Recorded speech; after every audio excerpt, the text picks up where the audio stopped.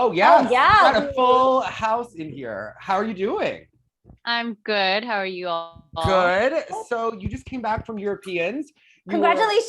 Yeah, Yes. just want to put that out there. Thank Making me you. Fourth look place there. Probably the best fourth place of your cuter, life. non-cuter. Yeah. Yeah. What was your mindset Yeah. going in, knowing that you had the lead with the Olympics on the line, but that you still had to go out and do it? How are you feeling? Well, right now, like after this week, we've really just like let it sink in and honestly like be fully grateful it's actually happening finally after 4 years of waiting for it. But Europeans for us was just another competition. We had to take every competition this season as if it was a regular competition. We're going out to do our job. Because if we thought so much mentally about the Olympic spot, I feel like it would have drained us. It would have mentally crashed us. So going into Europeans, it was just like a goal of putting out 2 solid performances, and like the rest was out of our control. So when it came to doing 2 clean skates and we knew we had the Olympic spot, we were overwhelmed, so happy, just relieved. But then the 4th place finish also became a surprise because we weren't expecting any high placement. We didn't have a high expectation of the competition other than just finalizing our Olympic spot. So when it came to having 4th place finish at Europeans as well, it was just like the icing on the top of the cake. It was more than what we wanted, and we were very, very happy to finish with that. So talk us through what changed this season, because you're skating together much differently. It seems like you're more in sync with each other. You've been more consistent on the ice. And I was just going through the stats. So 4 years ago, you missed the Olympics. 2019, you missed Worlds. 2020, you made Worlds, but COVID canceled it. And then last year, at the last minute, you missed Worlds. How did you turn this tide? Because it just seemed like from the start of this season that you and Adrian have been really confident, really consistent, and on this mission. I'd say the biggest turning point for us was COVID in general. We made a new free dance during the COVID season, whereas a lot of other people kept the same programs just in case competitions were to happen. So for example, Worlds in Stockholm. We decided to change our free dance, but keep the rhythm dance of Greece. And we made a new free dance it was a Disney style Fantasia, something super out there. And it was fun to create between us. But when it actually came to training it and competing it was not a good fit for us. It was not a good vibe. And that season as well, training so hard, a program that was like not fantastic and was like, it might work, it might not work. And training for Skate Canada, for example, that 2 days before we were like planning to leave, it got canceled. So we were like, oh, okay. So realizing things were just getting canceled after one and another, and just we kind of both felt like we were taking it a bit for granted before that. So during COVID, seeing all that happen and watching things get canceled, us not take our spot at Stockholm Worlds because of a program we decided to branch out to, we felt like we just needed like the basic steps on what we needed to get for this season. But once Stockholm Worlds was done and we only had 1 spot for Spain, we were like, oh no, we're back in the same position we were 4 years ago, which was the most stressful situation and has been this whole time. And we just really took step by step of what we knew we needed to do in order to take that spot for Spain to go to the games. And for starters, that was choose the right programs and the right music. That was the first step.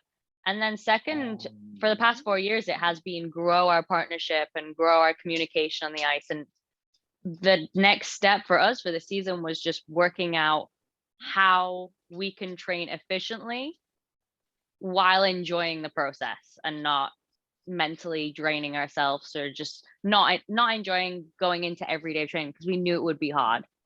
So we've had a lot of help from our teammates, from a lot of like coaching staff in general. But between us for the past 4 years, been working with a mental coach, Stephanie Hanlon, and she's given us like basic tools on how to just communicate with each other in a way that both of us like. And one thing that both of us on the ice do not like doing is coaching each other. And that's when things can get a little difficult between teams, is one person has one opinion, the other. But for us, we've really like learned to trust our coaches and our team around us. So we take our problems and our communications to them. And then we have a strong base around us. So our relationship has grown together because of that. We respect each other's communications, partnership, and we've grown closer and formed a bigger team with our coaches because of it. So honestly, like our communication on the ice and just that step has changed the way we were able to train, how we were able to align and have the same goals. And it's made us enjoy going to the rink every day and being in each other's presence 24/7.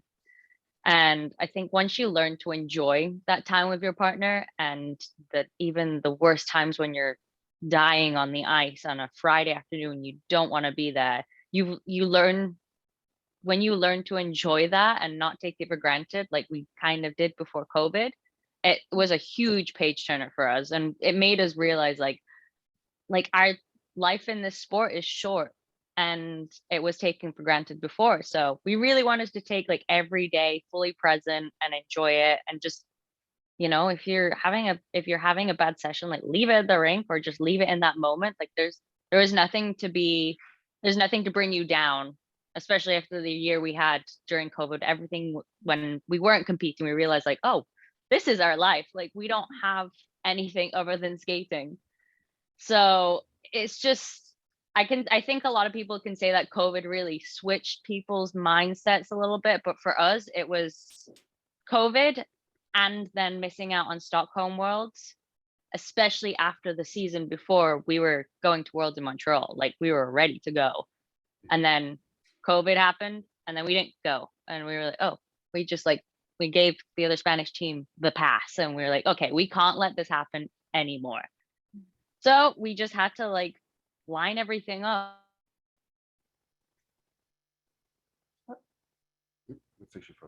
Okay, good. And just positive mindset way. And the outcome has been fantastic. So we're more than happy. I also can go on for hours. So if you ever need to stop me, I laugh. No, we got scared because it paused. It's Yeah. like we're, Yeah. Oh, okay. Yeah. So what's the difference in your confidence this year? Is there a difference between this year and last year?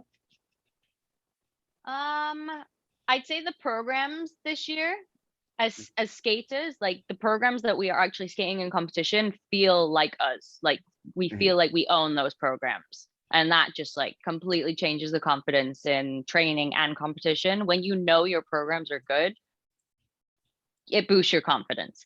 And of course, throughout the season, getting the good feedback from everybody just takes you up a notch as well. But I think this season was just about like owning our place. So it was just like you had to be confident to take that spot. And we know we're a good team. We know we could be at the top. And it was just like, instead of holding back and showing those nerves and showing, I don't know, weaknesses as a team, we realized that wasn't benefiting for us. So acting, even when you feel the worst or you're terrified, being an actress and an actor is just like what our mentality was, and putting out like a confident feature on the ice. So I have to say that the confidence shows, but sometimes deep down inside, I am shitting my pants. That's what I've learned this season, is to be an actress and an actor on the ice. That's our sport. As much as it is a sport and it's athletic, we're actors, especially in ice dance. So there's a lot of questions in the comments. How did you actually pick your material this year? So I'll start with the rhythm dance. The rhythm dance came around randomly. We were listening for music. As soon as we found out we weren't going to Stockholm, we got back on the ice and we instantly started looking for music. And we knew the genre was hip hop street dance. So we went in that direction. But first thing that Adrian said to me was like, Olivia, you know I'm not good at hip hop, and you know I can't dance off the ice. He's like, I know you're good at it. He's like, but I'm sorry, I can't do all those pop and locking things. And I was like, okay, completely understand. I'll venture out in other directions. So we were looking for music, and our first choice, and what we actually cut and tried on the ice was Janet Jackson. We tried this whole Rhythm Nation, like military style.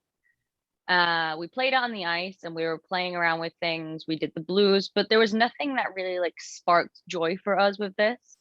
And we were like, okay, it's good, but is it good enough? Is it eye-catching? Is it exciting? Especially after doing Grease the year before, which people loved, and Tina Turner before, and our tango. We've always hit the nail on the head with rhythm dance music. So we knew that if we didn't feel it with the Janet Jackson one, we knew it wasn't the right one for us. So finally, we just needed a piece of music to practice the blues. And we knew Proud Mary was the correct tempo. It was easy. We played it. And we did this for a couple of days. And Mary France came up to us and was like, why do you guys just do Proud Mary again? It's so good. And I'm not bored of it. And I was like, I'm not bored of it either. So we were kind of joking around. The next day I come in, I'm like, so what you said about Proud Mary, could it be an option? And the conversation just started between Mary France and Jose Turcotte, just like, why not? And these are two women that loved the music and vibed with us really well with it. So we gave that an opportunity. And at first we were a bit skeptical going back to an old program, old piece of music, and knowing that the response from some people may be quite negative. But like deep down, we sat with it and we were like, no, we think this is right. Like 4 years ago, I know we did this, but we were a lower team. We skated first at Worlds, so we probably weren't even televised. So people didn't even see this program. So we knew it was a good song. We knew it was a good piece that we could really vamp up and do it again. And we did take it as like Proud Mary 2.0. We didn't use the exact same choreography, which a lot of people were expecting from us, to use the exact same choreography, which I was a bit shocked about, but that definitely wasn't going to happen. We didn't even remember the program from 4 years ago. So that was Proud Mary, which worked very well. And still to this day, I'll never ever be bored of that music. It's fantastic. That song is just like, it gets you going even at the earliest time in the morning.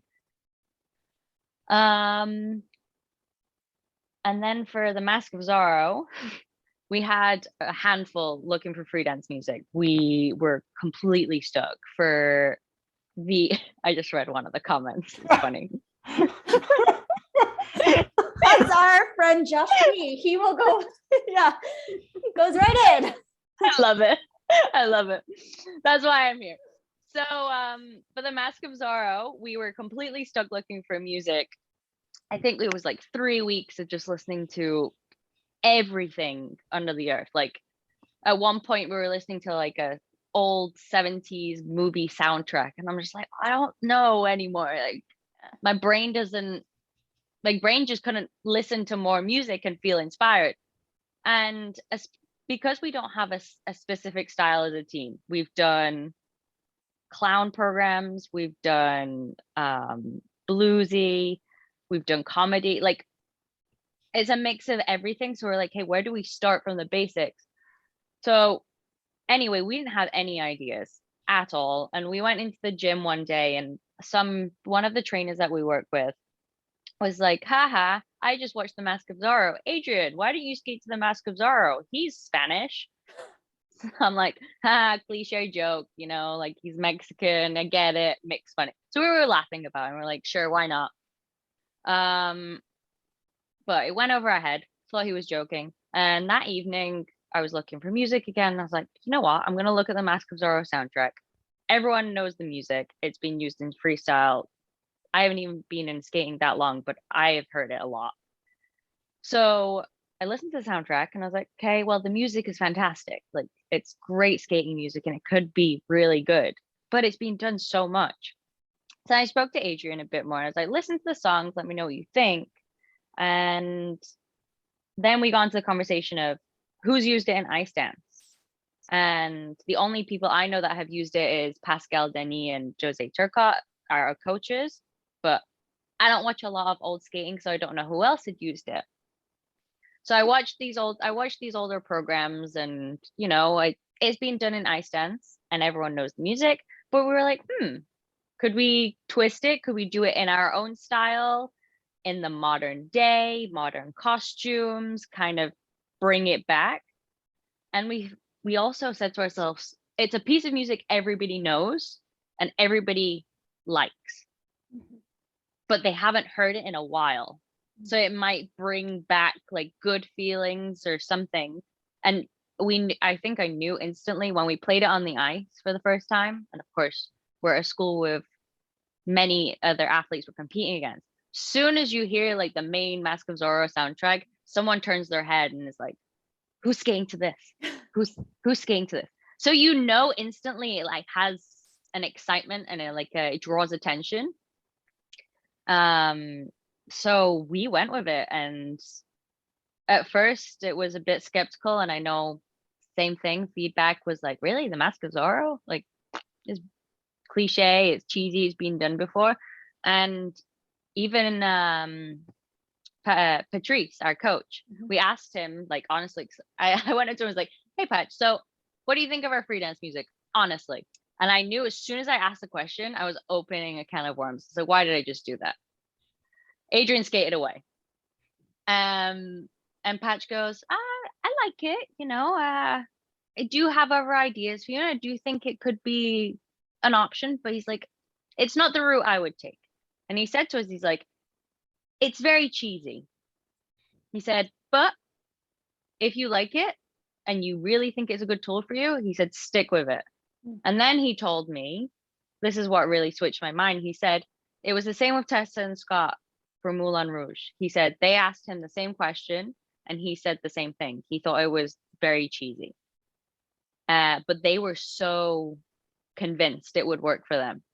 And they made it work for them, clearly. So as soon as he told me that, I was like, okay, I think if we just go with this and stick with it as we know it could work, and Roman had the same confidence behind it, it worked. Surprisingly, as much as even when we were adding the sound effects of the sword, we were like, oh, this is getting to be like really cheesy, but people love it. It's like, it's really opened my eyes onto what we would choose music for the crowd and for judges, and what other people would connect with, not just us. Jenny wants to talk costumes with you. She has strong costume opinions in general. So Jenny, like, take it away. Yeah. So we had some questions in the chat too about choosing sage green for your free dance dress. Tell us the thought process behind that color, your costumes. So the green came up very randomly. And just to put forward, I never intended on doing a black or a red dress. It was never even an option. But my first idea was doing it in cream, because in the movie she wears a cream lingerie corset. I thought it was classic, and I'm playing the character, so I wanted to play the character properly. But I gave the idea to Roman, and he liked it, but wasn't fully convinced. And we did some research and just pictures of Alena and the Mask of Zorro, Antonio Banderas. And there was one specific picture of them face to face, and she's wearing a gray-green silk dress. So something that we haven't seen in the movie. And it was quite different, and it was striking. It was had a bit more interest to it than a beige dress on white ice. So Roman thought the color was quite nice, and he thought it would match my skin tone well. So we tried it, and at first I was really not convinced. But like I said, this season we really took trust in Roman and the coaches and the choreography. And then we found the color, and we were finding swatches with Mathieu Caron, and it really wasn't until the first or second competition I knew this was the dress. I knew it was the right one. After the dress was fully made and I wore it on the ice, I liked the style and I liked the design, but I still wasn't set on the color. So I was planning on making another dress. And it really wasn't until I saw people's responses online and fans and feedback from judges that they loved the dress. So that's why I haven't changed it all season yet. As much as I really wanted to, our motto this season also has been, don't fix what's not broken. So that's why I haven't got a new costume. And the green dress has been fantastic. And the feedback on it and the look of the program has just, the program has a staple now, and everyone will know this program with that dress. So even getting a new dress for the games, I feel like it's not the right move. As much as it's exciting. Yes, exactly. Can you break down, like, which coach, does each team have a lead coach? Like, if you had to ask an advice question from someone, like, how does that actually work when you have, like, I mean, there are new coaches from IM that show up in the Kiss and Cry, which, like, we don't even know these people. There was a woman today, it was like, who's she? Okay. Yeah, well, wait until you see the games. I think every single person in our coaching staff is going, because there's so many teams. Yeah. Oh, because every team needs somebody with them. And As for main coach, like for singular coaches, it was not as much as you would think. It's very group orientated, but when it comes to like accreditation for competitions, for example, Patch goes with the US, Marie with Canada, and Roman with Europe. So if we were to go to a coach for an advice question on, say, competition things, we would go to Roman, but we know we can always go to Patch and Marie, and they're our coaches in general. But Roman takes care of the European side of things. But Patch is the scary one, from what everyone. Scary? I'm 5 years in now, and I get it. I get him. Oh, like, well, how do you crack him? Like, what's the secret to Patch? Go with his humor. Okay. Like, he's a very funny man. Like, behind the stern face, he's a comedic, gentle giant. But you don't see that at competition or behind his stern face. Like, at first, I was intimidated by him also when I came from a tryout, because you're not sure if he's happy, angry, or judging you. Like, you don't know. So he is a character in itself, but he's not scary at all. He's the kindest man. Like, you just have to be quite comedic and sarcastic with him, and then you guys will vibe very well with him. I was listening to your interview with Lila, and you said, and I'm paraphrasing here, I'm going to get it wrong, but during your tryout that Patch pulled you aside at the end and basically said, I heard you were fiery in your previous partnership, and so we have to change that. And you've said that Adrian is fiery too. So I'm wondering, back to what you said earlier about communication, we've seen teams with two fiery personalities that have had so much talent, but haven't been able to survive long-term. So how do you keep the good in terms of being a fiery personality, but also add in that communication that it seems like you and Adrian have achieved? Well, I have to just say straight out that it takes, and it has taken, a lot of work and a lot of patience, and not just from like a team standpoint, like just personal views as well. Like, say one day I'm having just a meltdown or a breakdown, I don't sit and have a meeting afterwards with Adrian. These are like personal things I have to figure out. But yeah, for example, like me and my old partner, my first partner, Joe, we didn't work because it was fire, and it just, our communication wasn't there. And the same with Adrian and Sarah, it was the exact same situation. So when we were put together and we met, it was the same situation, but we could handle it from day one. We knew we had to like keep it under control from day one, step one. And honestly, it's just taken, like you said, a lot of communication, not between us as a team, but with a professional. And at first, my thoughts on working with a mental coach or a psychologist was like, I don't need a psychologist. Like, I'm fine. Like, I just have confidence. But it is true that it does help. It really, really does help. Just speaking to somebody else and venting to somebody else other than your skating partner will take a lot of stress out of a team and keep things calmer on the ice. And it's just about learning how to control your communication and learning what the other person respects as well, what the other person wants out of you as a partner, and like where those lines are, and knowing, for us, for Adrian and I, is knowing when to say the right thing and how to say it correctly, whether that's not being polite, whether that's you're saying it in a coaching manner. You need to have the right communications with that person, and everybody's different. So I really had to learn on what Adrian wanted, what Adrian needed, and Adrian vice versa. And it wasn't needing to know that, it was actually wanted to be able to get along on the ice, because off the ice we're best friends, we have a blast, and our communication is fantastic.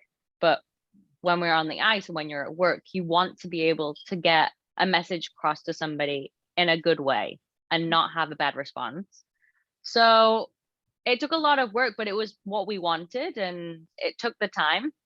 But yeah, from day one, Patch said that, and I was like, oh. Now, when you say coaching each other, are you talking about like what we see from Hubble and Donahue on the On Edge episodes? Because there's something happening. I mean, the producers really love. Yeah, the most recent episode, it was a lot on you, and then a lot on them. Their dynamic on the ice too. Yeah. So when we're training, I'd say like, okay, Maddie and Zach have their own communication skills on the ice. It's like a Bobby and Whitney type situation. Exactly. And you know what? It looks interesting on camera, but it works for them. But nobody understands how. Let's just say that. Okay. It works for them, and it has worked for them for years. But they both have a really strong backbone. So that they don't take shit from each other. And say one person gets insulted, like say like I could get insulted by something, Maddie or Zach will not be insulted by what the other person says. They have a very strong backbone. So their way of working on the ice is like completely unique to them. It's like a brotherly sister relationship. But yeah, no, the way we've been working, Adrian and I, is just, I want to say it's very joyful, and we try to keep things quite light. So say I wake up and I'm at the rink one morning and I look at Adrian and I'm like, I have to tell you, like, I feel like crap today and I'm exhausted. And he's like, oh yeah, me too. An hour and a half left. So we bounce off each other, like we help each other. And you make each other laugh in certain situations, or keeping things light, like as an environment for us is the most important thing to do. You said that you and your old partner can like have laughs at competition and enjoy each other. Now, Adrian has to compete against his old partner for a spot at the Worlds and Olympics with one spot available. And we did recently watch the video of their last competition and the kiss and cry when Marie-France was just like sitting there and Sada wouldn't sit down. So what is that dynamic like between them at competitions when you're backstage or in warm-up? How tense is it? There always has been a bit of a tension between Adrian and Sarah in general. But I think like a lot of people around the situation also make it tense. But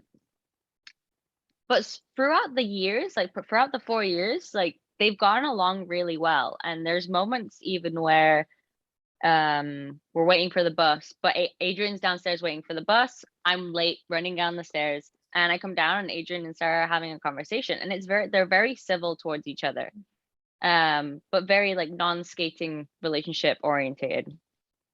But there's never been a relationship where we've talked about skating at all. There's not been many congratulation moments. There's not been many of those situations.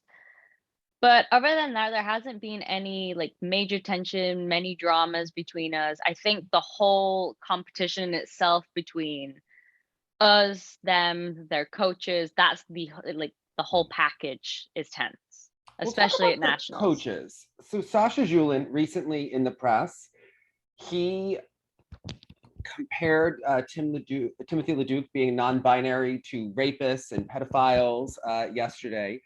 What is his dynamic like towards you and the team, and what is he like at competitions? Um, so he's a very powerful man, and you get that just from walking in his presence. Unfortunately for us, from the get-go, we've had a bad outlook on him and his team and just how he handles situations, whether it's politically, whether it's interviews, whatever he says. But I've always honestly gotten like a bad energy when being around him. And I've never spoken to the man. I've never hugged him, touched him, nothing. But there's something about him that just brings a weird energy. But it works for other people, clearly. And He used to coach two of my coaches, and he would tell my male coach that he wasn't a man and that he had no balls every time before he went to compete, and would berate him. And that was just what they did. This for them, I feel like this is constructive criticism though. It's Yeah. like it for them, I feel like it's nothing. But at Yeah. the same time, I see his students and they're so delicate that in my mind, I'm like, he can't be saying these things to his students. He can't be that mean. Otherwise, they wouldn't be as happy as they look and as joy. Like they show joy and they are very, very nice people, his students. So I don't see him being like that towards his students, but you never know. You don't know what happens behind closed doors, meaning in Russia. Mhm. But I guess his way of coaching works in some ways. But like I said, when it's him and Peter at the boards, it's just a very powerful dynamic that you don't really want to step into and you don't want to step across. And he's also a man that you don't see a lot at competition, and then he shows up at the boards and you're like, oh, where did you come from? Like you never see him, and then you're like, oh, you're at the boards, okay, all right. This aura. Yeah. And when you're actually skating on practice, on competition, he's always the coach that has his arms on the board and is leaning as far forward into the ice as possible. Always. So it's like even that energy, you're skating around and sometimes you have to get close to the boards and you're like, oh, okay. I don't want to brush you. Oh, again, very intimidating, or trying to intimidate too. But What's Evgeny Platov like as a coach? Because he's kind of in South Jersey under the radar from like the North Jersey skating scene. So that guy's retired and is golfing, I think, for the rest of his life. So when I moved to New Jersey and I moved to Evgeny, I thought he was the scariest man I've ever met. I thought he was terrifying. But it was also the first time I've ever worked with a Russian. So that in itself. But now that I've met other Russians, Evgeny is a teddy bear. Like he's the sweetest man. He would compliment you, and I think I'd be crying still because I'd be like, "Oh, okay, thank you." But he was a joy to work with. He came into the rink every day in a very excited, happy mood, and was a wonderful coach in the mental aspect. He was always very personally involved with me and my old partner and Penny and Nick. He would want to hang out with us out of the rink. He would want to take us golfing. He'd want to take us on his boat. Like very involved coach. But it was very nice for us because we were in New Jersey with nobody else, nothing else to do. So he kept us busy and he kept us entertained.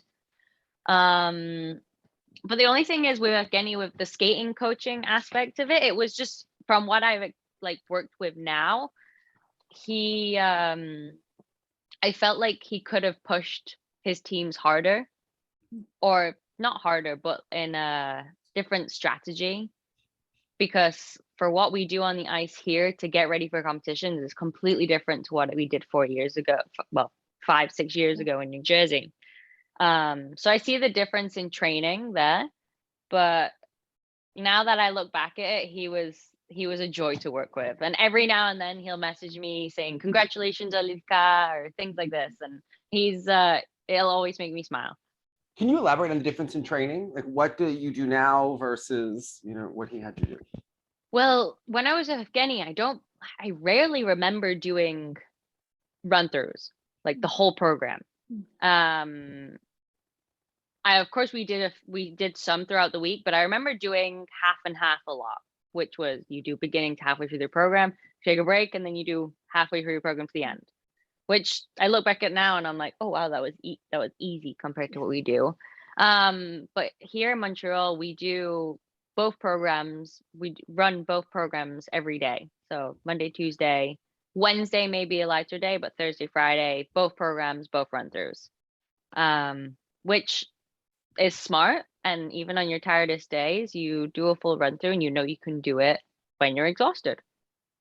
And for other cardio trainings here, we do like overlapping sections. We do something called 1, 2, 3s, which you split your program into 3 sections. You do 1, 1, and 2 together, and then you play the music back from the beginning, and then you start from 2 and you do 2 and 3 together. So you're practically doing 3/4 of a program and then doing 3/4 of a program again. And then you do 1, break on 2 and 3. So like that in itself is just another way to push your program. So when you do a run through, you're like, oh, okay, I did a 1, 2, 3. This is going to feel better. So from what I thought was hard 4 years ago is definitely not as hard as what we do now and push ourselves now. Was the thought process behind doing half of a program and then another half another day or later, that was that explained to you, or was it just, oh, we're going to do the first half of your program and this is what we do? No, I don't remember like anybody ever explaining it to me, but I was also I was a young skater and I was just I was in awe of the situation I was in. I was skating with Joe, but I was also training with Nick and Penny, who for me were my idols at the time. And like I said, I didn't watch any skating when I was younger. I didn't know who Tessa and Scott were. I didn't know who Meryl and Charlie were. I didn't watch a lot of skating. I just went to the rink, skated, went home, and did other things. I wasn't so invested in it. So for me, Nick and Penny were like, wow, amazing. And they were my idols at the time. But then when I went to bigger competitions, I went to Worlds in Shanghai, I saw all the bigger teams and other teams. So when I was there, I trained and I did everything that I was told, but I wasn't invested. I wasn't fully into it. I didn't have much knowledge in what I was doing on the ice. You at least know enough to ask him about his partnership. Evgeny? Yes.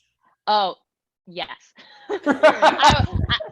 To this day, though, I do regret not talking to him more about his old partnerships. But he would make little comments every now and then about how bad they were and about the nightmares he had. But that's all I remember. And I don't think it was until I actually left New Jersey, I went and watched old videos of him skating. And I was like, oh my God, wow, this guy was really good. Yeah. Wow. Like I feel like I'm the only skater that never sat at home for hours watching skating videos. I never did that. But now, were you at the same rink as Isabel Levito? Like, was she like a little kid at the time? Yes. Isabu, yeah. This is her. Like, I remember she was training on the other rink and we would see her every single day. She was there with the same coach she is now. Hi, buddy. She was there with the same coach she is now, training every single day. And Evgeny would always be like, she's a superstar. She's going to be a star. And Evgeny actually worked with her a little bit as well on skating skills and everything. She would always get on the ice when we were done. And then we left and she was still there. But she looked the exact same for 5 years. She was this little tiny jumping bean, wearing, those shorts with the butt pads in them. Like, you would just see her jump and throw herself into jumps. She was fantastic. But yeah, it wasn't until I think I opened Facebook or something and saw Junior Grand Prix medal, saw a picture of this girl, and I was like, she looks very familiar. And then I read the name. I was like, oh my God, Isabu. Yeah. She's up there. Like and I was like, she's still around and she's grown and she looks like a young woman. And then I looked and she's with the exact same coach. Like, she stayed in the same rink, same coach, and has just pushed since. And she's a little superstar. Like, in a way, I think I've messaged her and I'm like messaging her, but when I've sent it, I'm like, God, I hope she remembers me. Like, I'm a fan now. Yeah. Like, I hope she reads my message. You said that you did watch a lot of skating. but when you had to watch the top teams compete with each other in like during the last Olympic season, how intense does it get in the rink? I mean, obviously everyone seems like they keep a civil atmosphere, but can you feel it when the two teams going for the Olympic title are training in the same rink, or are they more separated than perhaps people? No, you can sense the Olympic vibe in the rink. Let's Mhm. just say that. And there's no tension, there's no negative like views on anyone or between the teams. Like everyone's very friendly and everyone's very supportive to the point where like you'll have Tessa and Scott 4 years ago cheering Gabby and Guillaume on during a run and vice versa. But of course, like I said, you do get the Olympic feel. Like when like Maddie and Zach are doing a run through now, you see Maddie and Evan watching them and you kind of look over like, oh, like you try and feel it. But Do you feel it from both sides, or is it? yeah, you feel it from both sides, but it's in a way it's not like they're looking at them with negativity. It's like you can feel that they're looking at the other team like, I want to beat you. Like I'm gonna beat you. Like you feel that. And both teams are thinking it. Like Maddie and Evan are looking at Maddie and Zach, and Maddie and Zach are looking at Maddie and Evan like, I'm gonna beat you. But it's a very healthy way of putting it like that. Look, they'll never sit next to each other and be like, I'm gonna beat you, but you can tell in their eyes and the way they're the way they're skating. We don't training. see them have joint meals together though on Edge. You know, like the other teams are always having dinner, you know, and I just noticed that we didn't see any of those planned conversations. They're not making knives together. What was that? Yeah, the knife. Oh yeah, the knife making. Yeah. Nick's a character with that. Yeah, the planned meals and dinners and stuff. Like the one between Nick and Laurence and Maddie and Evan. It looked very staged and very awkward, but in real life, like Maddie and Evan and Nick and Laurence are best friends. Like always hang out, the closest people. But in that one scene, it doesn't look real. Even myself when I watched it, I was like, I will say though, you and Lila are the most authentic. Like if you come across as the most, some of the scenes though, yeah, it looks like very awkward. Yeah. And they've done a really good job shooting it, but you can kind of tell that not a lot of us are used to being like putting these situations and behind TV. And like, look, when we all hang out as a group out of skating, we hang out as a group out of skating, but like there's conversations and things we don't want an Olympic documentary to film. So it should have had the cheer producers there, and then we could have really delved in. You know, and I actually started watching season 2 of Cheer last night. I'm invested already. I watched season 1 a while ago. But as I was watching it, I was like, wow, now that I've done the Olympic documentary, I was like, wow, I wish they shot our Olympic documentary like this. And I wish it was on Netflix because it would have been a whole bigger thing and not 7-minute episodes. But it's, it's Cheer is a whole step up from what we did. But yeah, there is a few scenes in there where, you know, they asked us, hey guys, can you guys be together in this moment? Can you guys talk about this a little bit? Can you guys talk about this? Which of course isn't supernatural, but I think they did a pretty good job of it, other than a couple of, you know, do you awkward see the episodes things. Before they air? Like, have you seen all of them? No. Okay.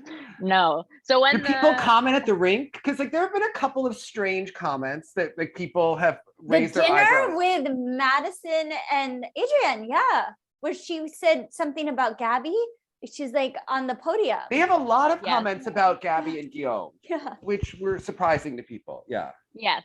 So I know personally, just because I know them personally, that Maddie and Zach's main goal is to beat Gabby and Guillaume because they're the only people to beat right now. Well, Victoria and Nikita. But it's always been their goal to beat them from day one. And they believe if they push high enough that other things will come. So that's their goal as a team. But I think everybody knows that Maddie and Gabby are really, really good friends and really, really close. And both are firecrackers. And both of them say what's on their mind, like very openly and confidently.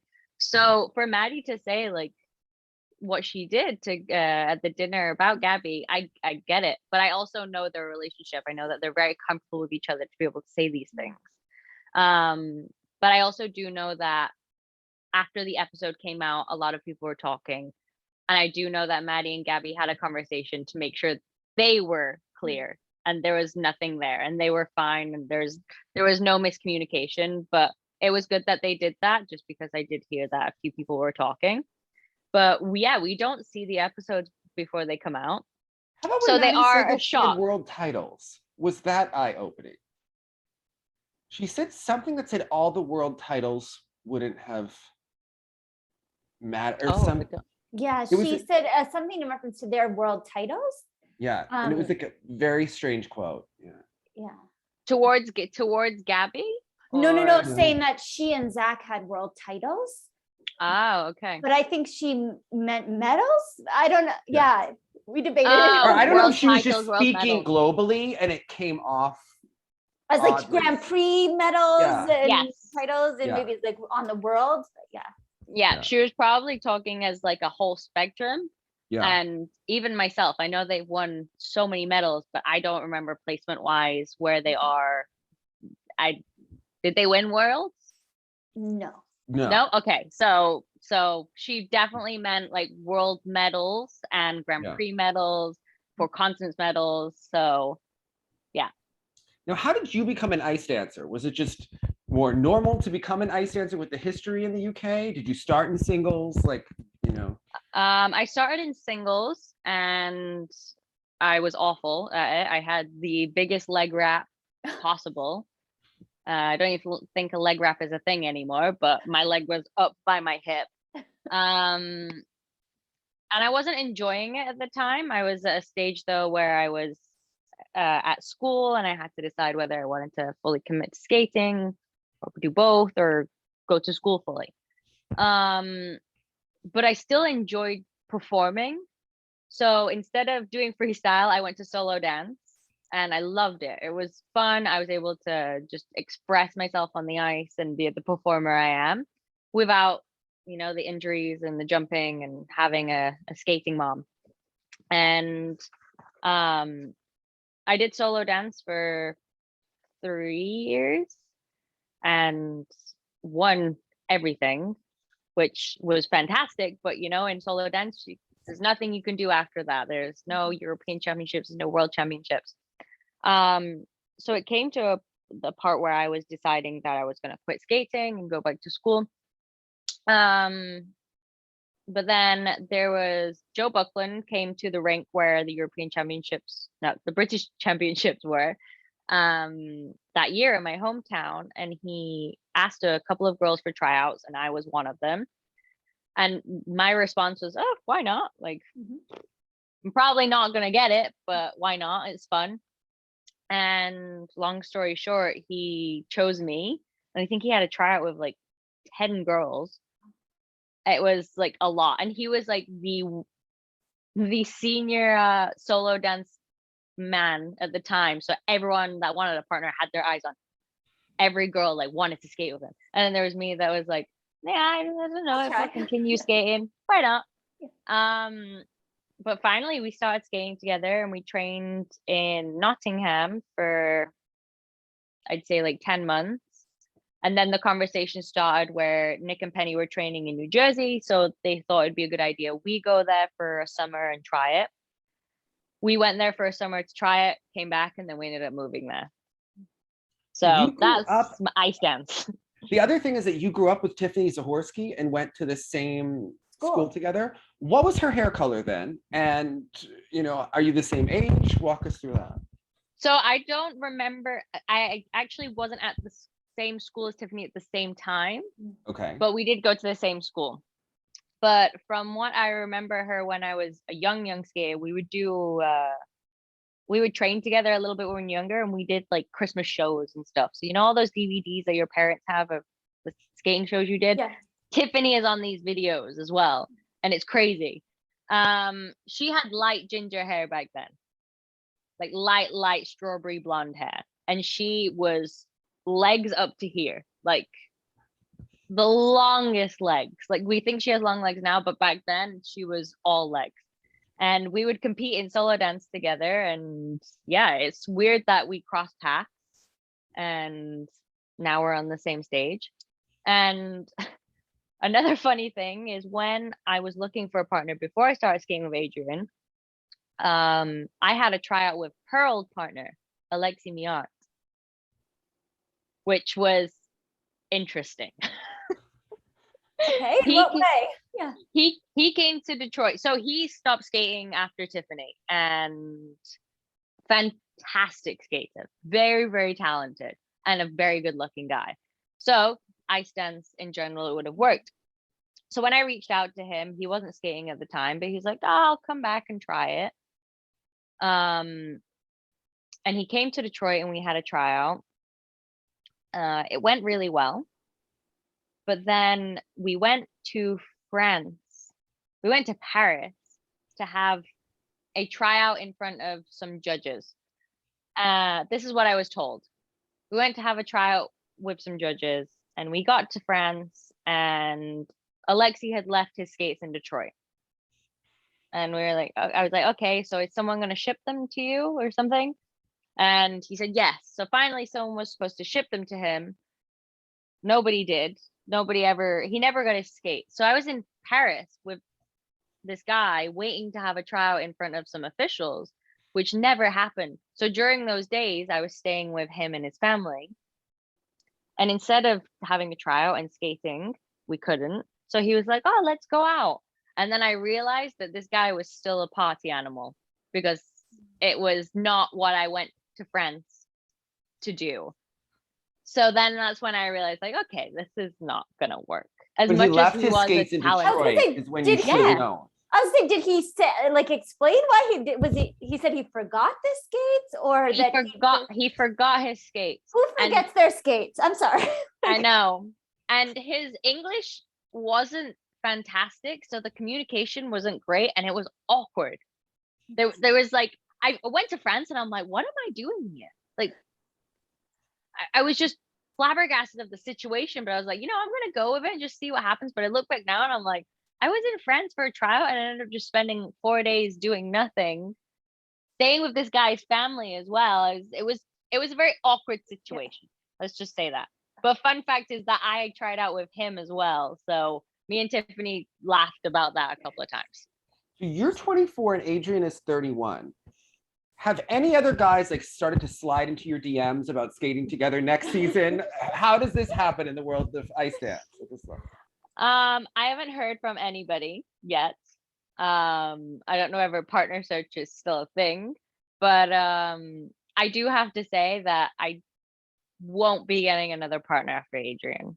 Okay. Just because I've realized the work that it takes and everything that we put into this partnership between us, that sorry to all the other guys out there, but I don't think anybody could step up to his standards. Like, he's really set the bar pretty high. Unless, like Scott Moyer wants to come back just for a little bit. But other than that, I don't think I can get a Canadian citizenship. So what are your plans? No one's sliding into my DMs like that. Have you thought about next season, thoughts after the Olympics, after skating? Kind of what are your plans? So for now, we've gotten this question a lot over the past couple of months. For now, we are deciding to have the conversation after Worlds and reset. It's not a no and it's not a yes. After Europeans in Graz, Adrian mentioned to me about going another season after the Olympics. And I was stoked. I was like, oh yeah, that'd be great because I'm 24. I definitely have some time left in my skating career. But I'm also not asking Adrian to continue until he's 35, 36 years old. So when he mentioned about doing another season after the games, I was more than willing. But it wasn't a promise and it wasn't a definite. The option was there and we've talked about it briefly. But our goal this season has been like so straightforward that when people have asked us, and I asked Adrian as well at the end of the summer with our coaches, if he was still willing to continue after the season. And we had a conversation about taking it every day at a time and just not making a yes or no decision right now, because we realize that anything can happen, and we didn't want to jinx anything with the season. So for now, we're really making the decision after Worlds, because we have 2 big goals for the Olympics and Worlds. And then after Worlds, we know we're going to need a big break, and we're going to need to reset to see where we both are. And not even just Adrian, like myself, I'm at the peak of my career right now, I feel. And of course, I'd love to continue, and I'd love to keep performing. And I know another cycle is not in my future, but maybe another season or 2. But at the same time, I'm also at an age where I feel like it'd be the perfect time to venture out into something else and start that second half of my life. And I didn't go to school during this whole time, so maybe continue with that again, or start other things. And starting something from scratch takes time. So if I do it now, it will help me for the future. But the goal for myself is I would really like to go another season, especially after the run that we've had the past couple of months, and just the following and the people that we've gained supporting us. I think it'd be an honor to like continue for those people as well. Now, how about, will Sada Hurtado go another season or another? Do you know anything That about I don't know. They need to keep this going. I mean, if we could just keep focusing on like the Spanish dance drama, this is like really like a really great subplot to the. Well, it's been like the topic of conversation this season. I'm shocked by it.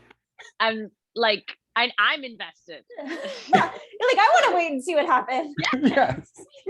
I even have friends from like a friend that I met at a music festival messaged me like, Olivia, I binge watched the On Edge episode, and they're like, I hope you beat the other Spanish team.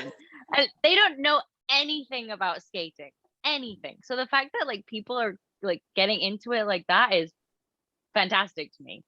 But I do think it would be a real shame and very interesting to say if we reach our goal at Worlds and get top 10 and make 2 spots for Spain, and there's not 2 teams left. It'd be finally did it. No. It'd be quite anticlimactic. Yes. To find 2 people to skate. Yeah. So we do have a junior Spanish team, but they could stay in junior for another year or 2. So they shouldn't push themselves up to senior. Well, we want to show you some clips and have you, talk us through it and really, give your perspective. So. Okay. All right. 1